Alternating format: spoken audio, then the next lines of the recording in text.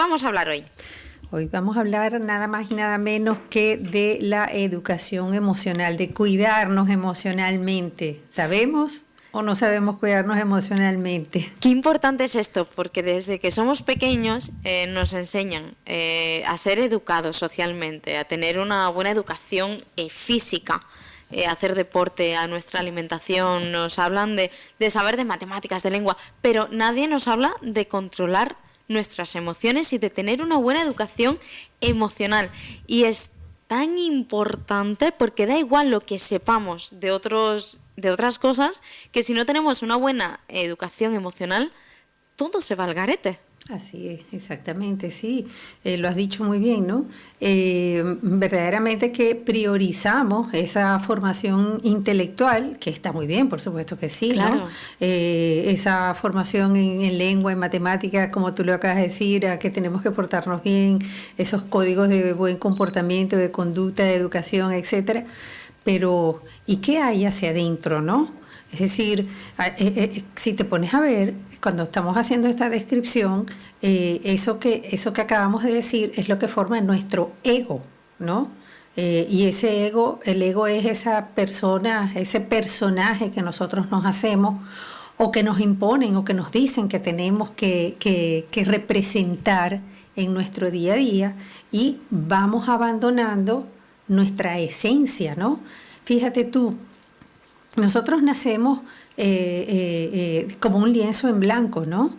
Es decir, y a medida que van pasando los años, pues vamos sumando experiencias e información, vamos integrando información a nuestro subconsciente, a nuestro consciente, y en función de eso nosotros pues nos vamos comportando.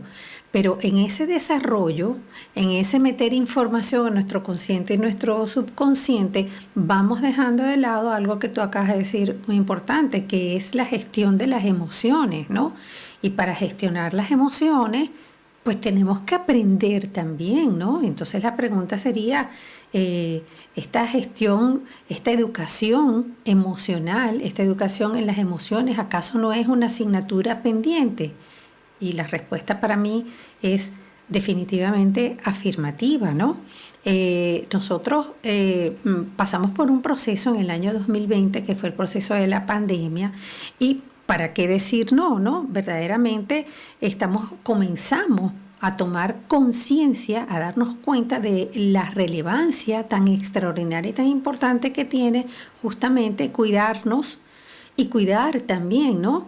Y empezamos a darnos cuenta, a poner en valor las emociones, ¿no?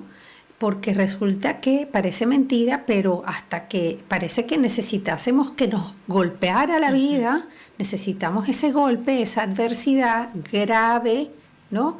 Para que entonces tomemos conciencia de la necesidad de ese viaje al interior, al autoconocimiento, a ver cómo estamos. ¿Por qué me estoy sintiendo como me estoy sintiendo? Vivimos agobiados, vivimos con insomnio, vivimos con un mal humor. Y entonces la respuesta es el estrés, o peor aún, la respuesta es el fármaco. Claro. Acudimos al fármaco, ¿para qué? Para obtener una satisfacción inmediata a ese nivel de insatisfacción que tenemos y que no sabemos por qué es. Y entonces allí es donde está lo grave del asunto, ¿no?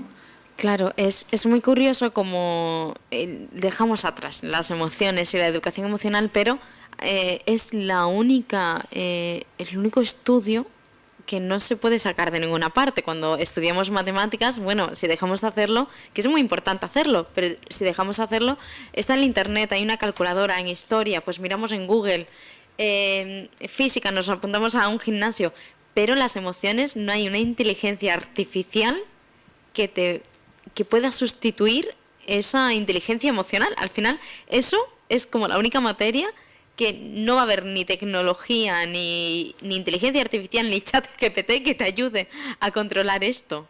Sí, sí, definitivamente yo creo que, creo yo, ¿no? Es una opinión muy particular, pero creo que mucha gente la comparte también, que yo creo que el bienestar emocional debería ser uno de los ejes en el sistema educativo. ¿no?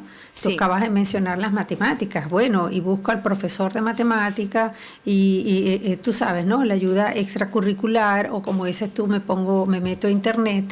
Realmente debemos reconocer que hay mucha información, afortunadamente, y digo afortunadamente entre comillas, ¿no?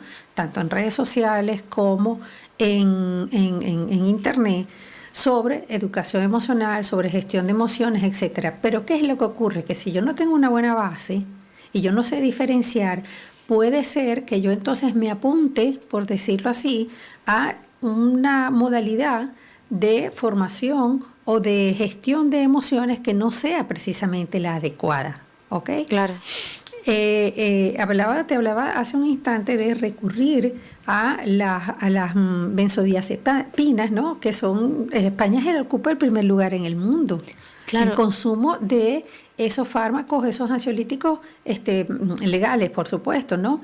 Y habría que preguntarse, ¿es que verdaderamente vivimos tan mal en España? Yo creo que no. Claro, y además esto también, tenemos, lo voy a decir, pero tenemos una sanidad pública maravillosa, pero que no hay mucho hueco porque se ha descuidado a la parte de la salud mental y es una sanidad que está saturada. Entonces, siempre pasa que cuando vayamos al médico, porque mira, no puedo descansar, lo primero, un fármaco, porque la sanidad está saturada, que yo lo entiendo, pero que es la primera respuesta frente a una dolencia. ¿Nos duele la cabeza? Pues te tomas ibuprofeno. ¿Pero por qué me duele la cabeza todos los días? Quizás es por un exceso de estrés que no soy capaz de controlar. Entonces, en vez de mirar de dónde procede el problema, con fármacos intentamos poner un parche, pero que no podemos estar cada día tomándonos 4 pastillas cuando se solucionaría con tener los recursos y las herramientas para controlar el estrés, la ansiedad o cualquier emoción que tengamos. Muy bien dicho, palabra clave, herramientas. ¿Por qué? Claro. Porque es que realmente que en lugar de herramientas de educación emocional se está sustituyendo por una pastilla. Claro. Con el agravante de que esa pastilla tiene efectos secundarios, ¿ok? Con lo cual estás atacando el efecto, la consecuencia, pero no la causa. Es cierto lo que tú acabas de decir. El frente clínico acá es insuficiente.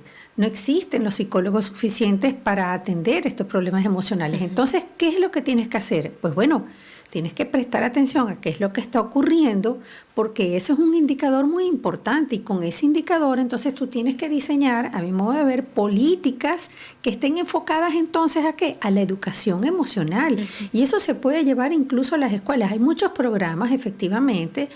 Ayer casualmente veía un programa en la TV, pero que tenían programas donde suministraban herramientas de educación emocional para que se y a la que asistían personas que eran farmacodependientes y fueron sustituyendo justamente el consumo de fármacos para que, ¿a través de qué? A través de esa herramienta que se le estaba suministrando. ¿Por qué crees tú que hay ese boom ahorita de los coach, ¿no? Los que llaman los coach de vida? Pero ¿qué ocurre? Los psicólogos, por ejemplo, censuran que los coaches estén a cargo de la gestión de las emociones de personas que se encuentran mal emocionalmente. Pero, ¿qué pasa? Por lo menos es algo. ¿Qué ocurre? Que efectivamente en un proceso de coach, el coach no está preparado para... se van a abrir procesos dentro de la persona y tiene que estar preparado para poderlos afrontar. Pero un coach que sea verdaderamente profesional, como los hay muchísimos, ¿qué es lo que hace? Si yo veo que esta persona tiene este problema que va más allá de una circunstancia determinada que puede gestionar a través de esta educación emocional y de las herramientas que le otorgamos, pues lo remito al especialista. ¿Qué hago yo, por ejemplo? Yo soy mediadora, ¿verdad? Entonces, en un conflicto entre A y B que está perfectamente determinado, pues interviene el mediador para tratar de gestionar ese conflicto. Y además tengo la formación en psicología positiva. Entonces, ¿qué soy yo en mi caso? Bueno, ese puente entre el conflicto y la solución. Si se advierte que la persona, lo que le está ocurriendo va más allá de una circunstancia puntual, pues se debe remitir al especialista. Pero entre tanto, por lo menos se le puede dar esa educación emocional, esas herramientas que le pueden ayudar a identificar qué es lo que le está ocurriendo. Porque te repito, ¿Qué es lo que está pasando? Yo me siento triste, me siento agobiada, me siento que no llego, pero incluso lo que me rodea está todo bien. Ojo, esa es una alarma, ese es un red flag que está encendido. ¿Qué está pasando aquí? Me voy al médico, me dan la pastillita y me siento tranquila circunstancialmente, pero tengo que volver a la pastilla. Entonces, ¿qué es lo que pasa? No hay verdaderamente la educación emocional, como lo dije hace un instante, debería formar parte, junto con las matemáticas y la lengua y la historia, etcétera, debería formar parte del currículum formativo, educacional. Y desde pequeños, ojo, y son herramientas que se les debe dar a los profesores también para que sean maestros que estén preparados para afrontar eso, porque los maestros también son seres humanos que también tienen sus problemas y que también tienen que lidiar día a día con los problemas que presentan los alumnos. Entonces, dar educación emocional a los maestros para que puedan hacer unos modelos, porque ellos son modelos de conducta para nuestros niños. Y digo más, este no es un asunto solamente del sistema educativo. Tiene que haber una coeducación, tiene que haber corresponsabilidad en la educación emocional, porque en casa muchas veces gestionamos de manera inadecuada las emociones, las silenciamos, ¿verdad? Sí. Creemos que por evitar un conflicto, entre comillas conflictos, por evitar una discusión o una conversación que quizás no sea la más agradable, yo le estoy dando una buena solución al conflicto y resulta que es todo lo contrario. Yo lo que estoy es enquistando ese conflicto y le estoy modelando a mis hijos una conducta determinada. ¿Y cuál es esa conducta determinada? Le estoy modelando que los conflictos pues los silencias. Claro. Y entonces allá es donde vienen las emociones atrapadas. Claro, yo soy muy dura con este tema porque de verdad yo creo que el derecho a una infancia digna va por delante de cualquier cosa y yo soy de las que opina que es muy fácil ser padre y madre biológicamente, pero que es muy complejo y todo el ser padre y madre que estén activos y que den una buena educación es muy difícil porque no se aprende, nadie te enseña, pero que la educación emocional cuando la aprendes desde pequeño es mucho más sencillo que cuando ya eres adulto. Entonces, a esos papis y mamis que tienen menores a su cargo, que hay que tener mucho cuidado con esto, porque tiene consecuencias a lo largo de nuestra vida todo lo que vivamos de pequeño. Total. Y como has comentado, la educación emocional es muy, pero que muy importante. Gracias a los avances sociales, parece que la salud mental está teniendo más protagonismo en nuestro día a día, pero que queda mucho camino por recorrer. Y como has comentado también, hablamos de estrés cuando ya tenemos unos síntomas, pero nunca hablamos de cómo no tener esos síntomas. Estrés vivimos todos. Y que muchas veces, ¿qué nos pasa cuando todo va bien en nuestra vida? Porque si acabamos de perder un familiar, un trabajo, es normal que tengamos una mala racha. Pero ¿qué pasa con esa mala racha cuando todo va de la forma correcta en nuestra vida? Uh-huh. Es que es muy complejo. Sí, es sumamente complejo y por supuesto no es un tema que podemos abordar aquí. ¿Cuál es la recomendación? Pues la recomendación es, una es esa, a ver, y ojo, y cuando tenemos una adversidad, cuando tenemos un duelo o algo así, es cierto que es normal que nos sintamos mal, pero ¿qué estamos haciendo para sentirnos mejor? Claro. Tenemos que integrar el duelo.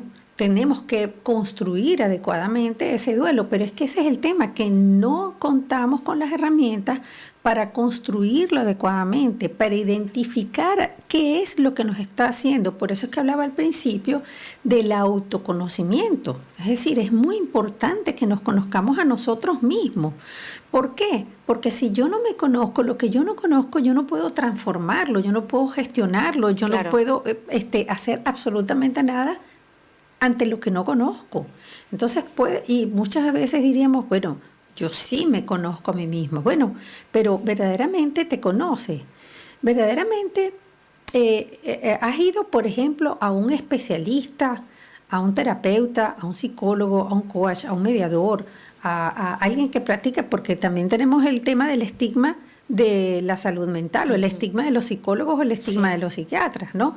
Por eso es que te repito, surgen tantos coaches. Y por eso, por ejemplo, yo particularmente que tengo mi colectivo muy identificado, que son las personas cuidadoras no remuneradas, ¿no? Las personas cuidadoras de personas dependientes, el cuidador principal. mamá, cuido a mamá, cuido a papá, o cuido a mi hermano, o cuido al hijo que tiene una dependencia, etcétera, ¿no? Esas son personas que se afectan mucho emocionalmente, pero que tampoco quieren ir al psicólogo o no tienen los medios porque, como lo acabamos de decir, la salud pública es insuficiente, el frente clínico, para atender a tantos casos. Entonces, tiene dos alternativas: o recurro a la pastillita o trato de ver cómo puedo solucionar yo el problema. Y si no quiero ir al psicólogo o no puedo ir al psicólogo, bueno, entonces yo quiero buscar a alguien que me pueda hablar un poco y me pueda ayudar, así sea para convencerme de que tengo que ir al psicólogo. Porque, ¿qué pasa? Las mujeres, por ejemplo, y digamos que las mujeres son las que encabezan justamente las estadísticas de consumo de estos ansiolíticos. Exactamente, pero las mujeres sí van anualmente a hacerse su chequeo ginecológico, ¿verdad? Y van también a hacerse su mamografía. Y cada 6 meses, más o menos, yo voy al médico de familia y digo, mira, me voy a hacer una analítica porque voy a ver cómo está el colesterol o cómo está el azúcar o algo así. Porque no estamos viendo, ¿verdad? Pero queremos saber. Pues igual ocurre con nuestra mente y con nuestras emociones. Yo no estoy viendo qué es lo que me está ocurriendo. ¿Y quién me lo puede decir si no es un especialista? Claro. Entonces yo tengo que prestar atención a eso también. Dejar de lado los estigmas, dejar de creer que yo lo puedo hacer solo. No, siempre vas a necesitar a alguien que te ayude, que te suministre esas herramientas. ¿Para qué? Bueno, para poder gestionar, para poder identificar qué es lo que me está ocurriendo y poder gestionarlo adecuadamente y entonces tomar la decisión de ir a un especialista. Si yo voy por la calle y tengo un tropiezo y me caigo y me fracturo un tobillo, como sea tengo que ir al médico, ¿verdad? Porque no puedo estar así. Pues igual ocurre con la salud mental. Claro, has comentado, hay 2 puntos que quiero ya tocar casi por finalizar. Uno es el conocernos. El refranero español es muy sabio. Dice, cuando decimos que consejo ofendo, que para mí no tengo, que muchas veces pasa, ¿no? Que como aconsejamos a nuestras amigas y para nosotros, para nuestra día a día, después no sabemos aplicar esos consejos, pero porque muchas veces conocemos más a nuestras amigas que a nosotras mismas. Entonces, el conocernos para poder aconsejarnos a nosotras. Y otro tema que pasa, que es verdad, que está muy mal que la sanidad pública no tenga un espacio para la salud mental de calidad y que sea viable. Que te den una cita para dentro de 5 meses no soluciona nada. Nada. Pero al igual que cuando se nos rompe un zapato y no tenemos otro, tenemos que gastar un dinero, aunque nos duela gastar ese dinero en un zapato nuevo, cuando nuestra mente está rota, hay que arreglarla. Muy bien. Aunque nos haga daño, gastarnos ese dinero. Que ojalá fuese gratuito, ojalá. Pero al igual que asumimos unos gastos para algunas cosas de la vida, pues tenemos que asumir un gasto para esto. Indiscutiblemente. Mira, yo dicto un taller como voluntaria en la Cruz Roja, que es el autoconocimiento. Y se lo dicto a gente muy joven, jóvenes como tú, más jóvenes aún. Bueno, que no han terminado su bachillerato, pero que ya se quieren insertar en el mercado de trabajo. Y entonces, a través del programa de empleo, yo en ocasiones me llaman a mí, bueno, he dictado talleres justamente, ¿por qué? Porque se van a insertar en un mercado de trabajo con mayores exigencias y yo siempre pregunto, ¿te conoces de verdad? Claro. Vas a una nueva vida de relaciones, ¿te conoces? Y es impresionante los resultados de los test que hacemos, que hago en el taller. Es impresionante. Entonces, por eso es que una cosa es el autoconocimiento y otra cosa es el autoconcepto. Claro. Es lo que yo me creo, es el personaje que me ha construido, es lo que muestro en las redes sociales, que termino creyendo que yo soy eso que estoy mostrando, ¿no? Y resulta que eso hace un daño importantísimo en tus emociones, sí, en tu seguridad.